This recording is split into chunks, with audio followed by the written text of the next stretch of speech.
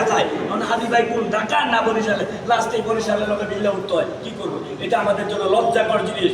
আমাদের ঐক্যবদ্ধ হতে হবে, ওয়াদা করতে হবে, আমাদের টাকার নেতৃত্বটাকে আনতে হবে, যে কোনোভাবে জোরে বলে যে কোনোভাবে হোক। আমরা টাকা ওয়াসায় এখনো সংখ্যাগরিষ্ঠের দিকটা অনেক বেশি, কিন্তু আমরা কাজের দিকে পিছিয়ে আছি। কারণ আমাদের এই মতামতগুলো, ঢাকা শব্দটা একটাই, আমরা ঢাকাবাসী, কে কোন দল কোন এটা আমাদের দেখার বিষয় না। আমরা ঢাকা এক অভিন্ন।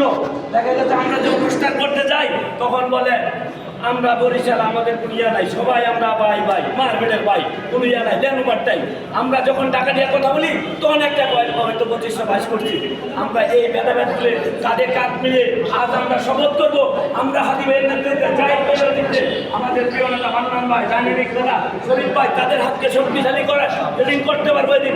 আমরা মনের সাথে যে আমার বিশ্বাস ভবনে যাইতে হবে না, আমাদের সমস্ত দাবিগুলো আমরা আদায় করতে পারবো।